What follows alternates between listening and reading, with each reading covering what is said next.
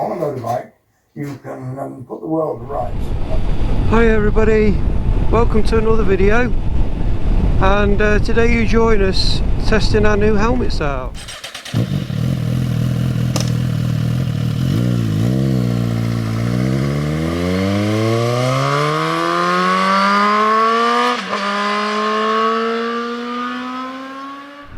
We went down to Moto a week or so ago, maybe 2 weeks, might be actually a week today. And we've always had AGVs, and we tried Sharks, didn't like them, and it got talked into trying Arai's. I must admit I did like the service that they offered, but this, you know, the fact that you can take them in, have them serviced, cleaned, everything done to them, all repairs done and everything, which we've never had that sort of service from an AGV. So we thought that we would try them out, and I've got to admit that it's so far so good. The most comfortable helmet I've ever put on my head. Tez's also got an Arai, and we tried some AGVs on, and I suppose we've been getting close to thinking about change of helmets.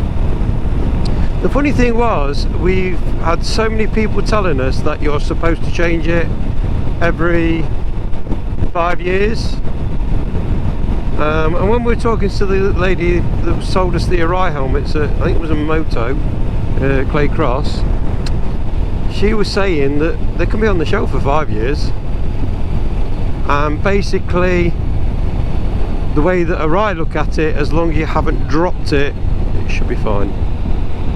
I mean, I'm sure that if you're looking at 20 years down the line, then maybe. Anyway, we took them home, and I spent a couple of hours putting in all the equipment that we have. You know, putting the camera on, putting the headsets on, putting our music in, obviously, which for some reason mine's packed up, so probably have to have a look at that.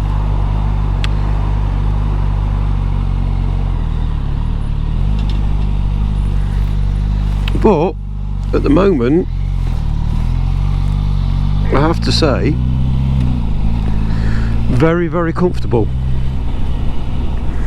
extremely comfortable, and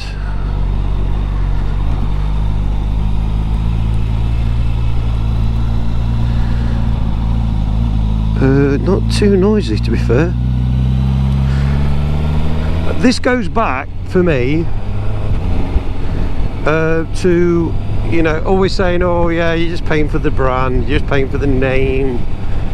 However, they showed us, they actually was taking one to bits, and they showed us the helmet and how it's made up, and showed us how to put in our intercom systems, and you know, all the things that you normally have to go home and work out. They had time for us. We spent quite a bit of time in there, messing around, looking and trying.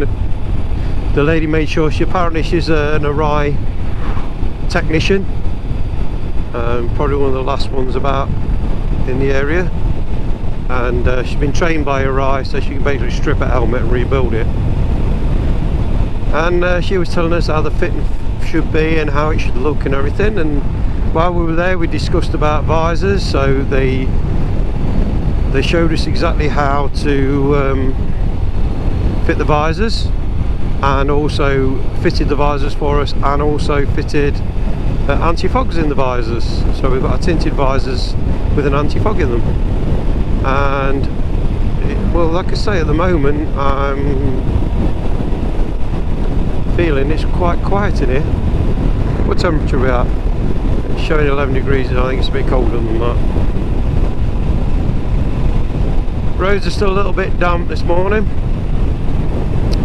Anyway, back to the helmets.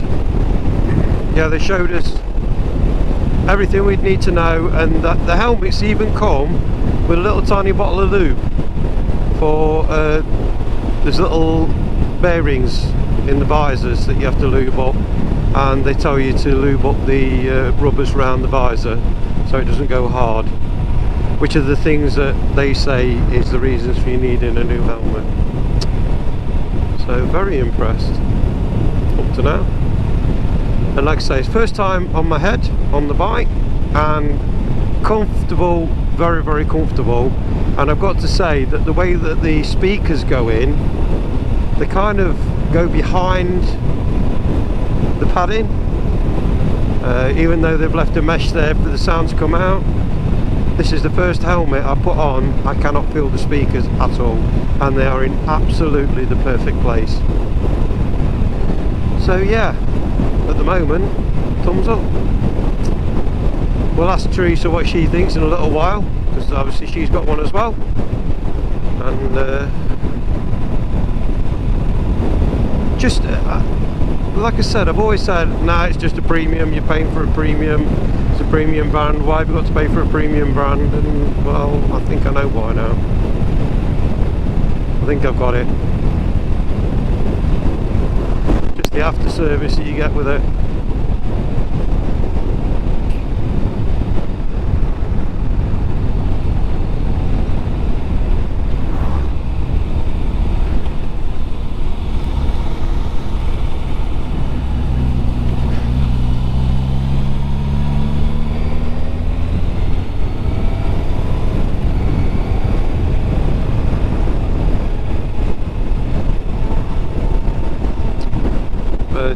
I think the helmets were about £450 each,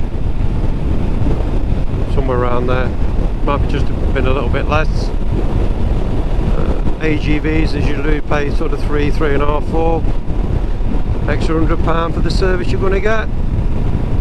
Whether you get the same service from another place, I don't know, but the place at Claycross is actually a Arai specialist.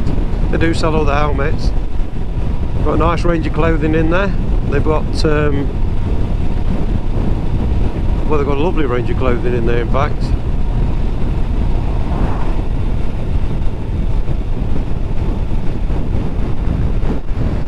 They even do day-and-age stuff, and it's not often you see that elsewhere.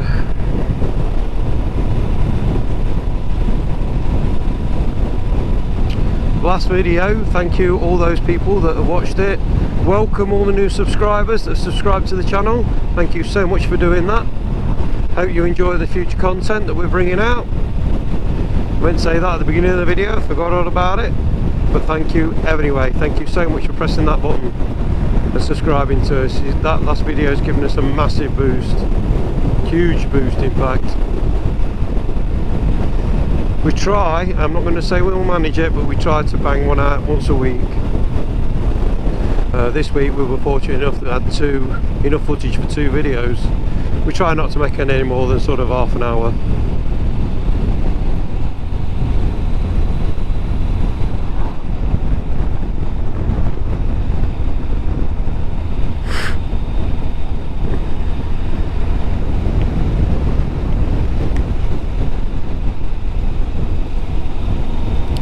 I've got to say, this anti-fog's doing an amazing job.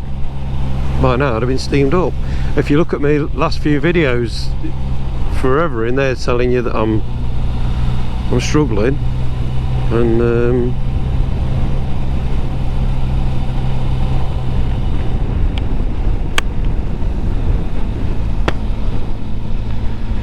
that is such a seal on that visor.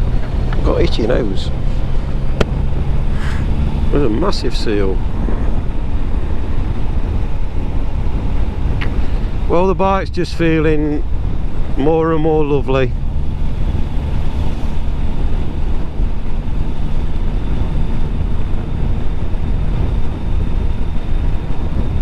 Just done a very quick review video on a foot pump, so check that out if you're interested in something like that.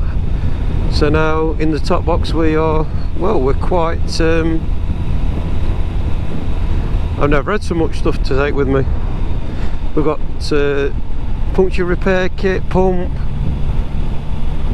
clear visor. I'm almost organised. Oh, and even a cloth and some visor cleaner.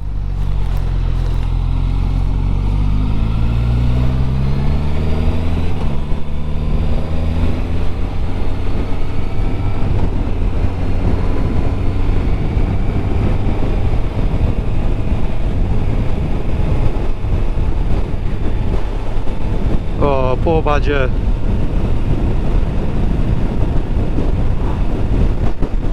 there's a glider up there. Somebody else enjoying his day. This is absolutely beautiful day today, this sunshine.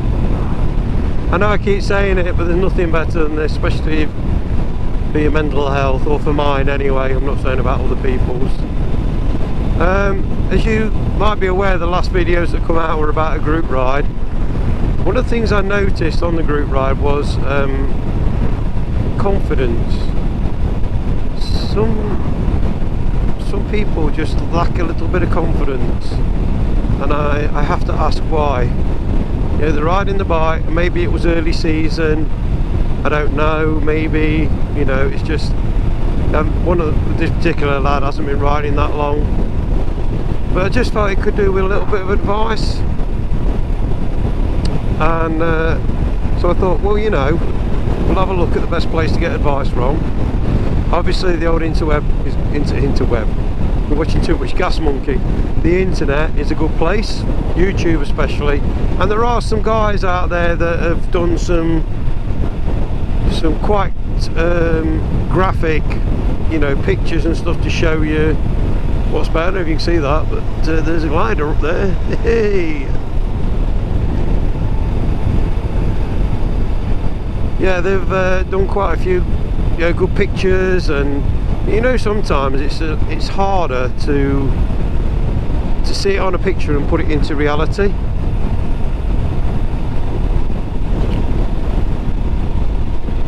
So I might think about just going out for a little ride, find some. In fact, I can do it today. Might be better to do it today actually, while I'm out, because just down here there's a few bends. So I think what I'll do is I'll have a quick flick through.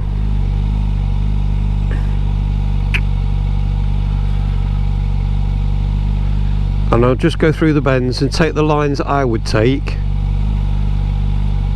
And, you know, just to give you, I'm not trying to teach people to suck eggs. I'm 100% sure that you're all more than capable.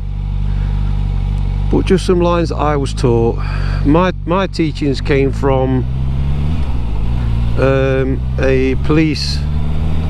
What happened was I actually went out on my bike and went up to Bridlington, or Whitby I think it was, and on the way back I bumped into the police doing a training ride, and I was sort of keeping up with them. But the one thing that I was a bit confused about was when they went round the bends, they were still pretty much upright, and I'm going round nearly getting my knee down. Anyway, I'm trying not to be too inconspicuous, but they became a set of roadworks just like the ones we've gone through, and they turned round. The guy at the back who was the instructor called me up. I thought he was going to have a chat with me, and he turned around and said, follow us, we don't mind you following us, don't worry about the speed limits, just follow us. And that's what I did. So like, we're coming up to this right hand bend now, and I'm situated sort of in the middle. So what I would do now, obviously prepare your gears and everything, prepare your speed. So I'm going to go right over to the left. I know it's a bit bumpy, I'm not even touching my brakes. Come over to the right to the white line, just kiss the white line, and then go back over to this side, and that'll give you the most upright position to get round the bend. So really, the more upright your bike is, the more grip you've got. Now, another thing you can do if you are, especially if you're solo, even though I'm sure people who are two up do it, is lean off the bike to keep the bike more upright, which is what you see track guys doing.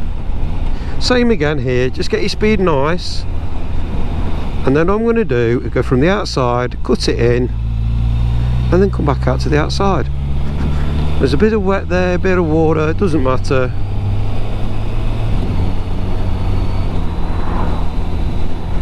Makes no difference.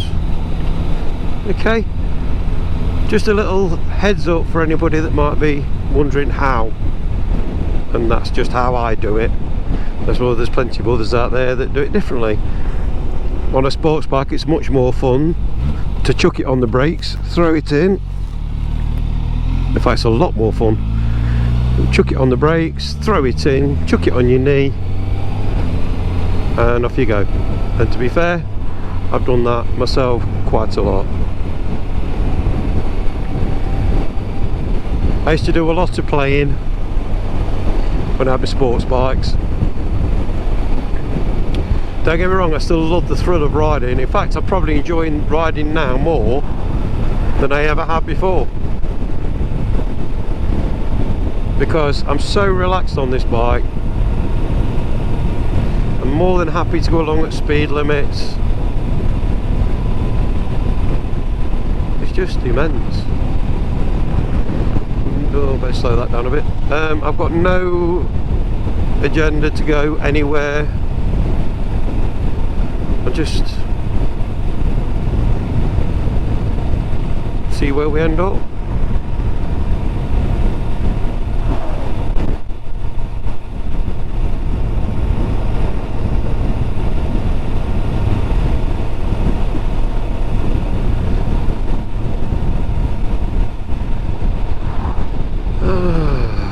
Just so lovely. This helmet's amazing. I suppose it goes back to you pays your money, you takes your choice. You don't get quality for nothing. My parents are always big advocates of that. If you pay cheap, it's probably going to be cheap. So there's a few more bends down here and I'll do it again. Please, please, if you're an experienced rider and you're watching this video, I am not really doing this for your benefit. I'm sure you're already more than capable of doing what you're doing. I'm not trying to teach suck eggs, but however, if there's somebody out there that's not sure what we do, you might just help them. The idea is that you straighten the bend out as much as possible.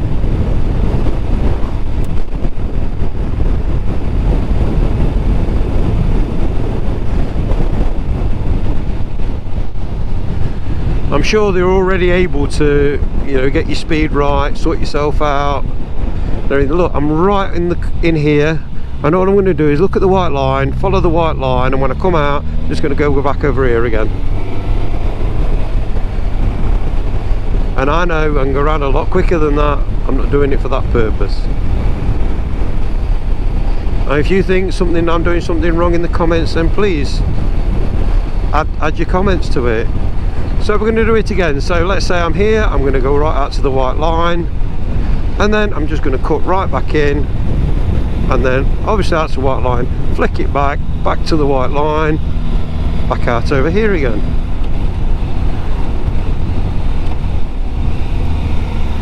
And same again, into the curb, out to the white line. If that helps one person, then I'm happy.